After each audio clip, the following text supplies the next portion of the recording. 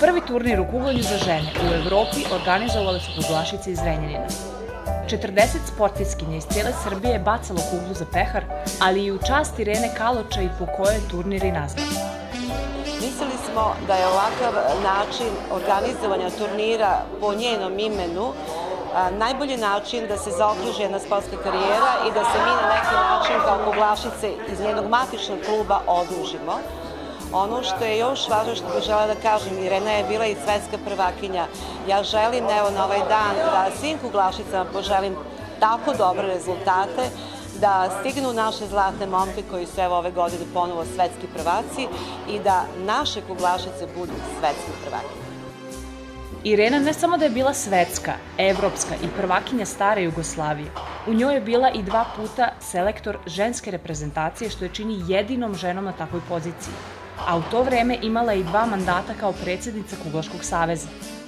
Kada sebe u potpunosti posvetite svom pozivu, uspesi ne izostaju, ali je prava retkost da za života to bude prepoznato, cenjeno i uvaženo, i to baš na ovakav jedan način. Kakav je osjećaj? Pa radostan i lep da sam to dočekala.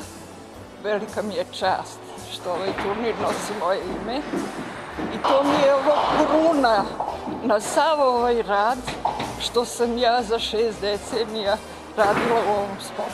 Izvinite, malo sam uzbuđena. Prvi po redu turnir je uspeo da dobije podršku za svoje buduće održavanje. Kuglačaj Srbije će uvek podržati ovakav jedan turnir. I drago mi je što je veliki broj učesnica bio na ovom turniru, a trudit ćemo se da u buduće ovaj turnir dobije i međunarodni karakter, bar ove zemlje u okruženju da pošalju svoje takmičare. Pored ovog, u planu je da i turnir IRENE KALOČAI dobije svoje mesto u kalendaru Međunarodne kuglaške federacije. Nataša Ivanček, Prva televizija.